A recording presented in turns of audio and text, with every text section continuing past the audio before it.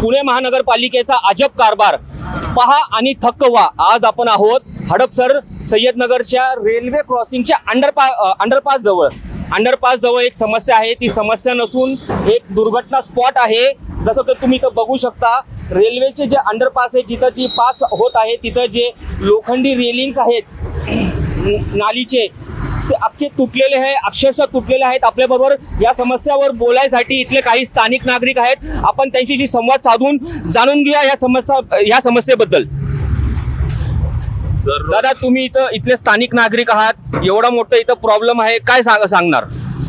दररोज इथं आहे ना प्रचंड ट्रॅफिक होती आणि जाळ्या तुटल्यामुळे अनेकदा इथं ऍक्सिडेंट होण्याची दाट शक्यता आहे। संध्याकाळी लाईट नसती।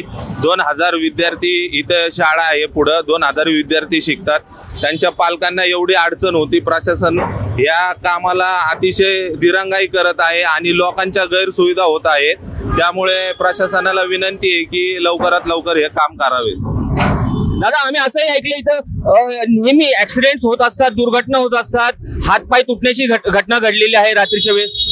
बरोबर आहे, 3 ते 4 वेळेस तर मी स्वतः लोकांना पाहिलेले आहे इथं ऍक्सिडेंट होताना। आणि पावसाळ्यात जाळ्या तुटलेल्या ते दिसत नाही, त्यामुळे लोक इथं घसरून किंवा गाडी अडकून तिथं ऍक्सिडेंट होतात।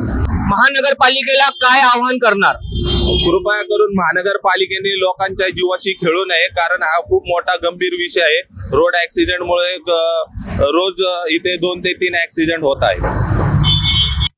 अगदी बरोबर, इथले जे स्थानिक नागरिक आहेत त्यांनी आपल्या माध्यमाला आवाहन केलेलं आहे पुणे महानगरपालिकेला की हे जे रेलिंगचं काम आहे ते लवकरात लवकर दुरुस्त करून घ्या, जेणेकरून भविष्यात होणारे अपघात टाळता येईल।